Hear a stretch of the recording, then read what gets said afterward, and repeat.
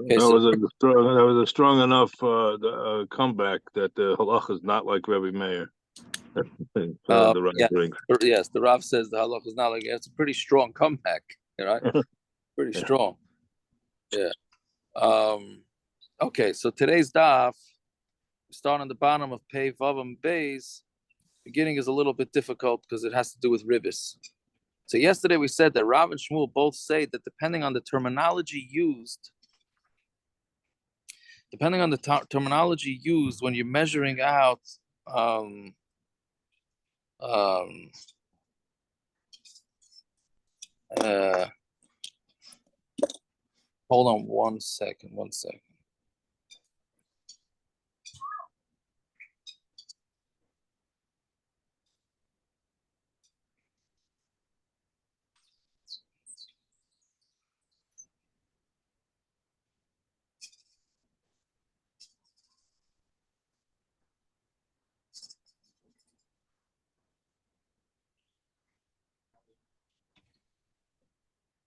Okay, sorry, just somebody getting stuck on the road, so I have to just contact him.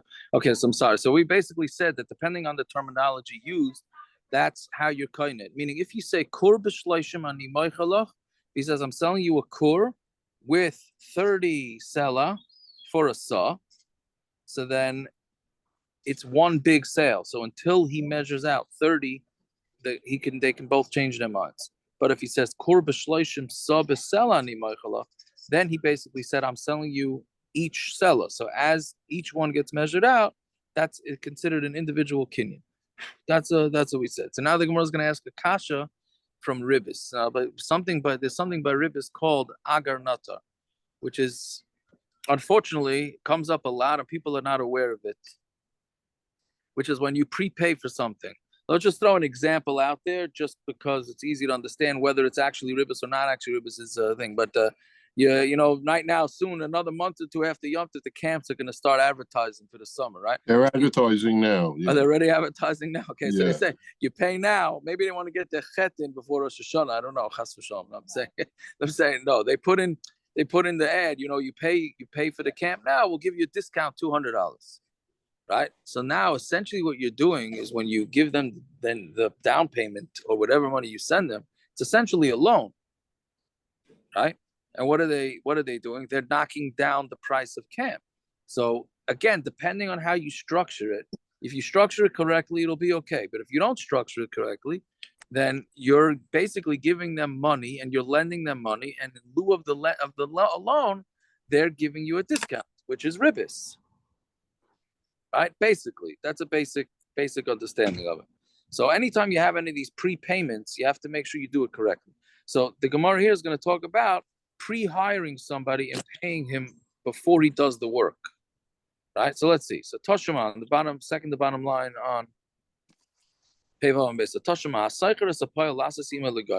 if somebody rents a worker to work for him in the Gairin, in the harvesting, Hayoim Bedinar, and what he did is because he's paying the worker today, he got him for much cheaper. Right? If you pre-hire somebody, he has a guaranteed job. He doesn't have to run around and look for work. He knows he's gonna get, so he'll take a little bit less payment, even though if the guy would hire him later on during the actual harvest, he would command a higher salary, right? Because they're gonna need workers, right? So, but that's what happened. He hired him for a dinar, which is less than the going rate during the harvesting, but he hired him from before the harvest. Antamid Aleph now. Ulagairin Yafasela, but when it's actually during the harvest, then you get a seller. Meaning if you the garden is the storage house. No, it's not where the basic groin is. Yes. Storage house. Yes. It's whatever it means during whatever it means during a certain harvesting time when they need to hire workers. Racham, he hires him today for $500 to work for a month for his Sroigim, and he starts in a month, and then in a month everybody's getting $700 to work this Sroigim. That's the case. Right. Yeah. So that's basically it. So now the problem is that if he starts paying him from, let's say, a month before the harvest time, and the normal going rate is a sela, not a dinar, right? Then asur lahanis mimenu. It is asur for the employer to take hana from the worker more than the amount of money that he paid him, because otherwise he basically, what happened is he lent the worker money and the worker's giving him back. Meaning let's go in dollars. So he rented the worker for $100 for the whole harvest, right? Because he hired him a month early. And now, if during the harvest, it would cost him $150 for a worker. So once this worker hits $100 worth of work, he has to stop, because otherwise, basically, the worker borrowed $100 and he's paying him back the worth of $150. Now, it's not real ribis, but it's a derabanan dika ribis, because it looks like ribis. That's if you do it that way. Avol im scharim mehayim, but if he hired him from today, b'dina liyayim, a dinar for a day, ulagayrin yafasela, and during the gayrin, it's worth the sela. So then that's mutter, meaning because he started working, right? I mean, it's a lot, like we said yesterday. These couple of daf here, 9:30 is fine. Yeah, so these so the first case, he really didn't start working. It was like a loan. Correct. He didn't start working until the harvest. But if he starts working immediately, then it's okay.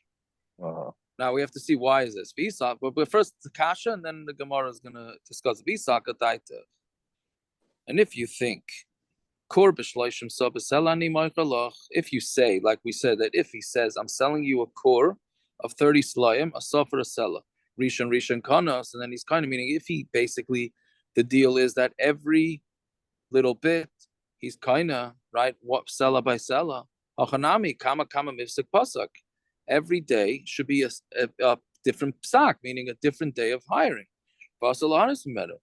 And it should be usher for him to get hana. Pay Vav. Right? How far down? No, pay Zayin Amar Aleph. We're 5 lines down. Right? So Medina Luyayim Lugairin Yafasela Mutter. Right? But then why are you saying that a dinar for a day and then the Gairin is Yafasela? It's mutter, meaning as long as he started working, initially it's mutter. Agar Natalihu, that's like getting paid to wait. Meaning the Gemara is saying if you word it correctly, and when you pour, I don't know if it's correct or incorrect, but if you word it in that way, that each day is its own kinyan, so then it's very nice that the guy started working right away, and therefore it doesn't look like ribis. But the bottom line is each day is a separate day. So now he worked the first bunch of days for whatever he made up, and then after that, instead of him getting $1 $1.50 a day, he's only getting $1 a day. So there's ribis 536. So that's the kasha. So Gemara says Amar Rav, and Rav says back for Tizbra. And let's say as far as Zule Beskirus Mi Aser, why you have an issue with this as ribis at all? Is there anything wrong with a guy making mezalzel himself in schirus? Meaning, a guy decides, you know what, I can get $100 for the whole deal, but instead I want to get paid 90. He's allowed to do that, right? Because there's no money, there's no object here. I mean, Rav is saying, how could you call this ribis? There's nothing exchanged hands. Yeah, good. You're supposed to pay this worker $150. And instead he says, you only have to pay me 100. That's ribis? That's not ribis. Meaning if he prepaid for something, that's one thing. Meaning you prepaid, you gave it to him cheaper. That's one thing, but that's not what happened here. That's Rava's kasha. So then that's what Rava's answering. So the whole thing is a non-issue. So Maishna Reisha, Maishna Seifa, if that's the case, then what is the difference in the Reisha and the Seifa? Meaning if somebody is allowed to rent himself off whatever price he wants, and then how come in the Reisha it looks like ribis and in the Seifa does not look like ribis? So Gemara answers, Reisha, the loika of it behed, bahadei mehashta. In the Reisha, he didn't do work right away. The work started, let's say, a month later. Michsi ki agarnatali, and it looks like he's getting paid to wait. Right? It looks like he's getting paid to wait. Seifa, the ka'avid bahadei mehashta, but in the Seifa, where he started working right now, it doesn't look like he gave a discount because he got prepaid. because he started working right away. Meaning, even though Lamaisa, the way Rava's kasha, before Rava's kasha, it could be taken at its ribbis, but Lamaisa doesn't look like ribbis. Since he started working right away, it doesn't look like he's taking a cheaper money to be paid, right? Yaakov, a million years ago, Michael Kess, I don't know if these people know the names. Michael Kess told me when his father came here after the Milchama, he was a laborer, physical laborer, construction site. After a month, he went to the owner, not the foreman. He told the owner, whatever you're paying the foreman, I'll do the same job for half. I know how to do everything like him. I'll do this. That's how he started his working career, Mr. Katz, Shalom, who became a billionaire, the biggest builder in Los Angeles. He built Marina Del Rey and Bunker Hill. Taka? 40 years ago, yeah. See that? So you can, I guess, I guess it pays to do that. So there you go. That's Mama Shariah. Do you have that written down in your Gemara? I just know that. Yeah. Okay, very good. That's talking very good. And we said that if he goes and he tells somebody that you can, as long as you pick one vegetable or one fruit from the sadis, and then you kind of. So Gemara asks, because just because you pick something,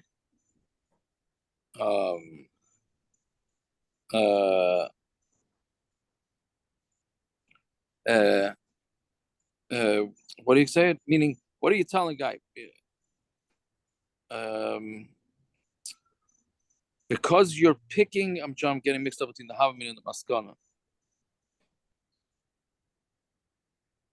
Meaning, if you're gonna pick a fruit, and then you get all the flax, right?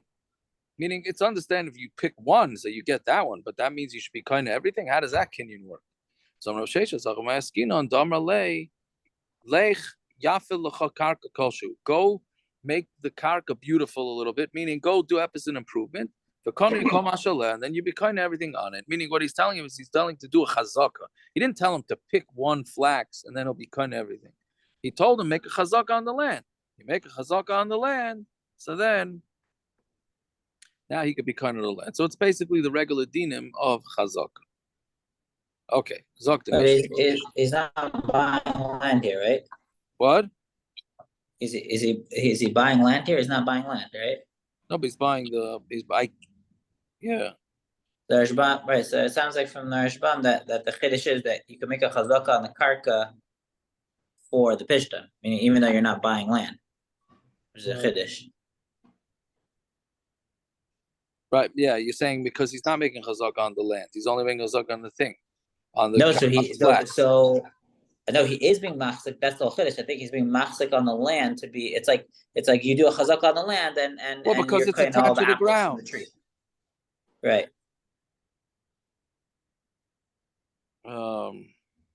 Right, which is interesting because you're doing a kinyan on something that you're not owning, that you don't own. Right. No, but basically it's since the flax is attached to the ground, so mamela, that's a chazaka of the land. That's basically, meaning that's the lumdus.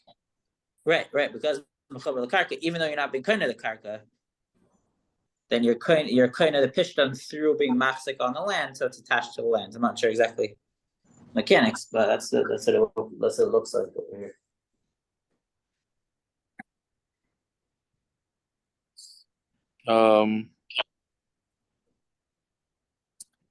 Yeah, Anochanami, I hear. And the way the Rashbam says it, it's a doubly large chiddush, because the chazaka in the karka is plucking the pishtan. By pulling up the pishtan, it makes the land easier to plow. So he's not even doing anything to the land itself. This whole picking the pishtan is the chazaka in the karka, which is kind of the pishtan. Right. Okay. So I'm saying. So he plucks one, he gets the rest of them. Yeah, because he's kind of the whole karka just to buy the pishtan. Right, but he's not getting the karka though. He's not getting the karka. He's getting the karka to get the pishtan, and then once he's got the pishtan, it's done. Correct.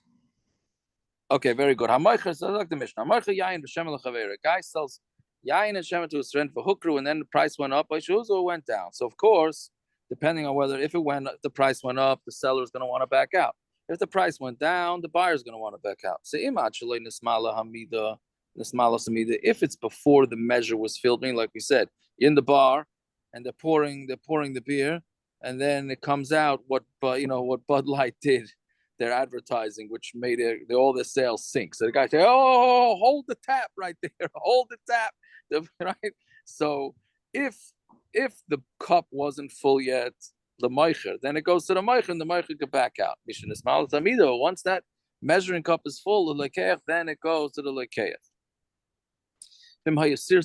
But if there was a sirser, what do you call it? An agent. Then nishbara chavis. Then if the barrel broke, then nishbara l'sirser. Then it's the sirser's problem. I mean, he's a broker, right? So since he's a broker, agent, the broker is probably more correct. And the broker was measuring it, and the broker is always the one that takes the loss, right? Yeah. So that's what the Mishnah said. We'll see in the Gemara a little bit. Then the Gemara says some interesting halachas about a bartender, basically, or working in a takeout in a deli, how it is that you have to give the measurements, right? When you're pouring, you have to let after most of the liquid goes in, you have to let 3 drops come out. So that goes to the buyer. After 3 drops, you can turn the cup back over. So, and we'll see. Rabbi Akiva. But with the drops, you have to be with a brighter hand. Yeah. Right. So, So 3 drops is considered the line. That's the end of the pour. Hirchino mitzis, and let's say he shook it, or he tilted it, umitzis, and then it went back at the bottom. Meaning, you go to the grocery and now we have scales, but before that, I guess they would fill up a 1 what do you call it? A 1 gallon, let's say, not a gallon, a liter, whatever. They filled up the thing, and then they would pour it into your cup, right? So, or your pot. So now what's with the stuff that's at the bottom? So he said, that goes to the meicher. Right? Meaning the leftover little liquid there, that belongs to the meicher. But a storekeeper, that's if you're selling it from one person to another person, private party to a private party. But a store owner, he doesn't have to do the shalosh tipin. Rabbi Yehuda erev Shabbos im chashecha poter. Oh, right, mamish. Erev Shabbos im chashecha, you're poter. Meaning you don't have to do this, which the Gemara is going to ask on Amar Beis, what is it coming to be machmer or mekel? Right. So again, this last thing is that a private person has to let 3 drops go in. After that, everything that's left in the initial cup is his. But a chenvi does not have to do this. Rabbi Yehuda says, erev Shabbos, before it gets dark, when it's a busy time, then he's potter from doing this. So we'll see exactly what he's referring to. So Gemara says, Hamida Daman. When we're saying that before the midah is full, it goes, the meicher can back out. And once the midah is full, then he cannot. Then only the seller, the buyer can. Right. So Hamida Daman. Now, who does this midah belong to? Right. If you say it belongs to the lekeach, are you saying until it gets full, it goes to the meicher? The midah belongs to the lekeach. How can you say the guy you poured it into the buyer's cup? How can you say that the seller can back out? Right? Bella midah the meicher must be it's the midah the meicher. So mission is malas midah lekeach. Once it gets full, it goes to the lekeach. It's still in the meicher's cup. Midah the meicher, it's a midah the meicher. So Amar Rav Eloi b'midah sirser. We're talking about it's the sirser, it's the middle guys, right? Meaning it's the agents, it's the agent's kli. So Mamela, it's neutral. The kli is neutral. So therefore, until it's full, the meicher can back out. Once it's full, it's the lekeach. It's the lekeach. But the Gemara says, but the Sefer talks about a sirsur. So how can you say that the Reisha talks about a sirsur? Right? That if it's a sirsur doing the serving, and the barrel breaks, it goes to the sirsur. Mechlal the Reisha laba sirsur skinon must be, but in the Reisha where it's not a sirsur. So the Gemara says Reisha mida beloy sirsur. In the Reisha, you were just using the agent's utensils. Right? Seifa b'sirsur atzmoi, but the Seifa is talking about the sirsur himself is serving it. That's the difference between the Reisha and the Seifa. Why would I be using the middleman's thing if he's not there? I guess you borrowed it, no? I don't know. I'm assuming they used it. Hey, you gotta. He's trusted, David. He makes deals, and both sides trust him. So the product is in his warehouse. Yeah, okay, whatever the case would be. Fine. Then he says, if he pulls the utensil, the serving utensil back, and there's always an accumulation of liquid there, that belongs to the Meicher. So Kisalik Rebbe Lazar, when Rebbe Lazar went up, Salik always means when he goes up to Eretz Yisrael from Bavel. Right, so Ashkechel is Ziri. He found Ziri. Amarle Mikan Tana Da'asne Rav Midas. Who is the Tana here who Rav taught, the dinam of measurements? Achvi Rav Yitzchak bar Rav Dime. So they showed him to Rav Yitzchak bar Rav Dime. Amarle, he says, Micah Kashalo. He says, what's your question? To Tanan, so he says, because it says in the Mishnah, our Mishnah, when you take that measuring cup and you tilt it back, then whatever is left in there goes to the Meicher. But on the Amabeis, but we learned in the Mishnah, meaning if you're doing this with truma, right? Let's say you have truma in a cup and you're pouring it out to give it to the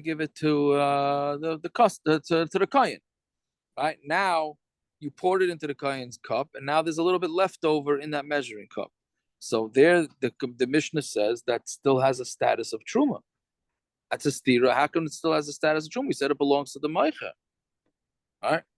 So again, well, if either it belongs to the meicher and it's not truma, or it belongs to the lekeach and it's still truma. All right. The truma is different, but okay. Whatever. That's what you have to say. Right?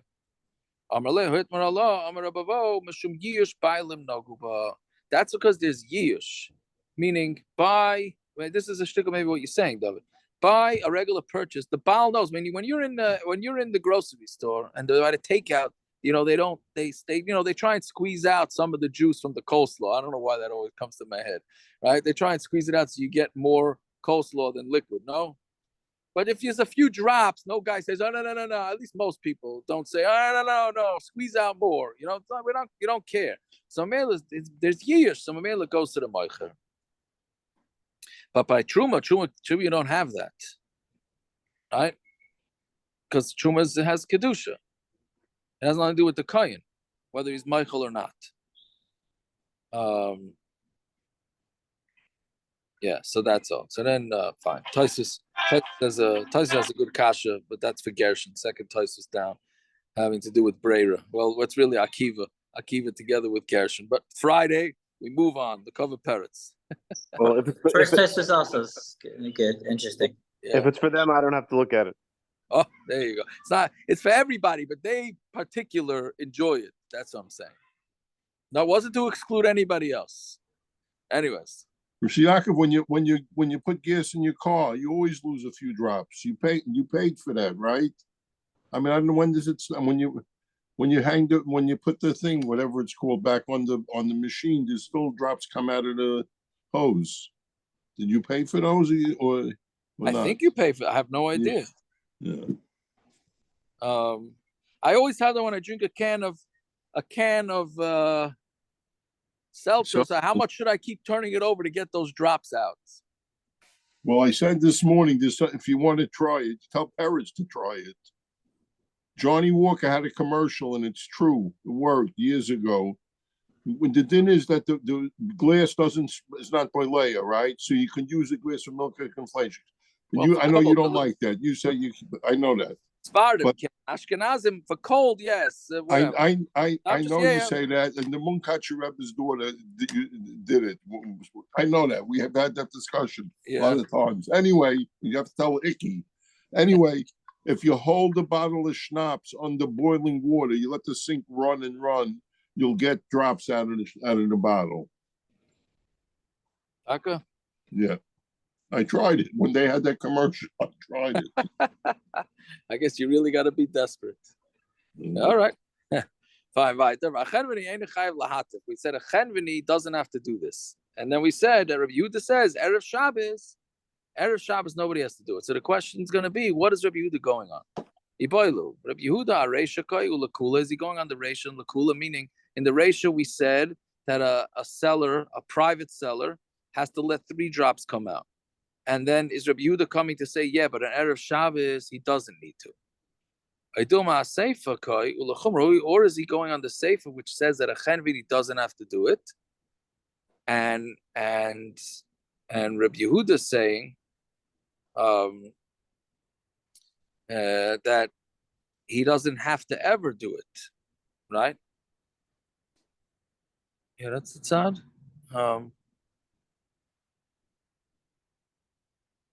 Right, on a Chenvidi doesn't do it. What? Tanakama or Rabbi Yehuda? What do you mean? Tanakama says a chenveni never has to do it. Rabbi Yehuda says he always has to do it, except Erev Shabbos Kajek. Well, no, there's not going on. This is what? This is if it's on the Sefer. Not.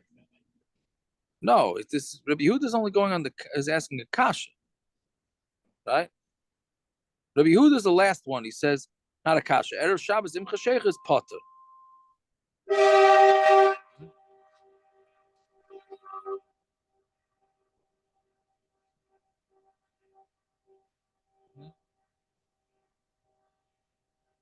Meaning,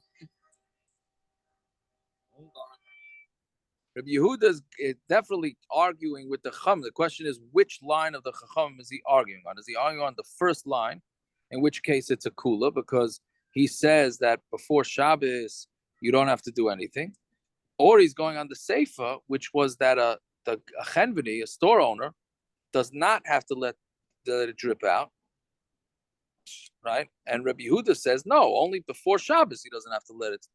But during the day he does. Even a chenveni has to have 3 drips.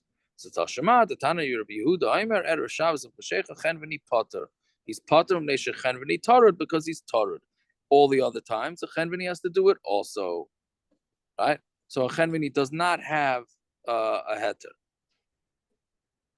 As far as I know, we paskin like the Chachamim, that a chenveni does not have to do this. Hold on, let me check that.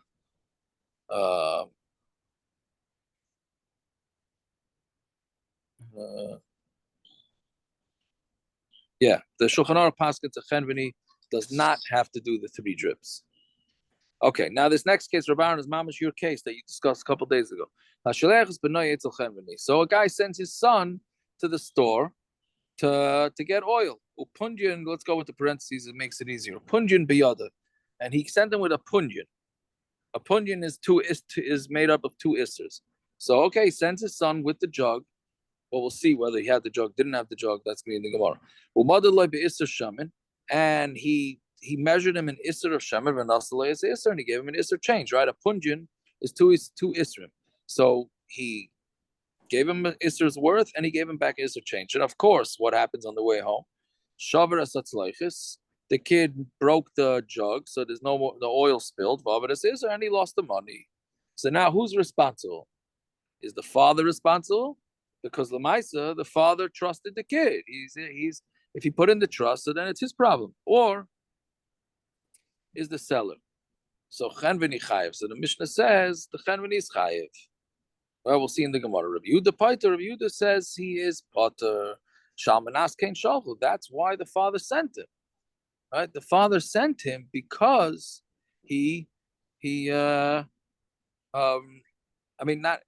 sent him, he thinking his kid's going to be responsible. that when the tinok, the bottle was in the tinok's hand, umada the chenvini l'soicha, and the chenvini measured it into his jug. Shechenvini potter. Then When did chenvini is when did potter. we switch from Beno to Tinok? We started at Hasholech is Beno, and now we're switching to Tinok. Is there a difference between the two? I Mamish didn't think of that. I hear the horror. Why is it? I'm just assuming that it says tinok because a tinok is coming with, no, maybe not. The tinok is with the jug. I hear. It's a good horror. It's a good horror. So now, okay, now we have to figure out what's going on here. So Bishlama, Gemara, Bishlama be'isur b'shem and b'hapligi. We understand that there's a machlokes in the Mishnah who's responsible for the coin and for the oil. The Rabbanan Savri like to Yeshadre. The Rabbanan hold that he was sending his kid to let the guy know, right? To let the Chenvini know that by the way, I'm coming in. And right? But Rabbi Yehuda Savri Lashturi Leishadre. No, he sent him to actually that the store owner should send back the oil and the change. So that makes sense. Ela Shavar Tzleichis, some say some are Ger Shavar, some are not. But the tzleichis of the Aveda Midasi, that's an Aveda Midas. You gave your kid a jug to schlep to the store. He busted the jug. What does that have to do with the store owner? So now there's going to be a few tirotzim to this. We're talking about a balabayas who he himself sells kalim. Right? And really what the Chenvini was doing is he took the jug in order to check if he wants to buy it. If somebody takes a kli from an uman in order to check it out, and it's nenas in his hand, chayiv, he is chayiv. Right? So this is not like American laws, as far as I understand. American law, you pick something up in a store, you break it, I think you're not liable. Now, of course, yesterday I'm learning this Gemara, and a lady texted me from 7-Eleven that she spilled the whole Slurpee, and the worker said, just take another one, you don't have to pay. And she wants to know, should she pay or not, right? Yesterday, last night, Charlotte, right? So, Ma'aseh b'chol yom in a supermarket. I think it's Kona with Mashiach for a guy, like a 7-Eleven non-Jewish owner. You pick it up, you're already Kona just from the Mashiach. Right, so you have to, about the Shilohs, what's the das? What's the das? Was the das to be makna? Was the das to be Kona? David, they don't, legally they don't charge, they can't charge, right? We usually don't. We're not going to. We usually don't. I'm saying, but what's the law? Oh no! Don't ask me that. You know, I knew Michael. All right. Yeah, real estate lawyer. Don't ask me. I don't know anything about this. Yeah, what are you saying, Aaron? I was gonna say, seasons they charge enough everything else, so it's bottle. Okay, that's part of it. Doesn't 7-Eleven just charge you for the cup? We build it into the club. But doesn't 7-Eleven just charge you for the cup? I don't know. That's the way they work. They charge you for it's the cup that really Also, the Slurpee's free. The manager of the store could be Michael, no? The guy who has control of the store. He's the one who gets but in halacha, we're saying the guy is chayiv, right? Why? Because pashtus is, we're going to see later that, meaning even though why is it here? He didn't decide he's buying it yet. So the Mefarshim say it's talking about where it's a fixed price, and it's in high demand. So you know that the guy, if he's going to be happy with it, then it's his. That's basically what we say. Okay. Anyway, so the Gemara says Leimet the Shmuel Tanai. If that's the case, that means there's a machlokes Tanaim about Shmuel's din. Shmuel's the one that said that the guy that picks up the kli is his. I mean, he's chayiv, right? So that means that if the Tanakama and who is it, Rabbi Yehuda, and the Chachamim and the Rabbi Yehuda are having a machlokes, that means Shmuel is weighing in on a machlokes Tanaim, which is not normally the regular way we say things. Ella, Rabbi and Rabbi Yosef, Ta'amri Tavayu, Rabbi and Rabbi Yosef, who both say Hacha b'Chenvini Meichut Tzleichis. We're talking about the Chenvini sells jugs. The first teretz was the father sells jugs. This one is the Chenvini sells jugs. Basra Rabbi Yehuda Tamei, and Rabbi Yehuda goes with his reasons. For Rabbanan the Tamei, and Rabbanan go with their reasons. Right? meaning he goes with the same svar as before. The father only wanted the machlokes is that the Chum said that the father only wanted to let the guy know. He didn't want a delivery, and Rabbi Yehuda says he did. So the Gemara asks, that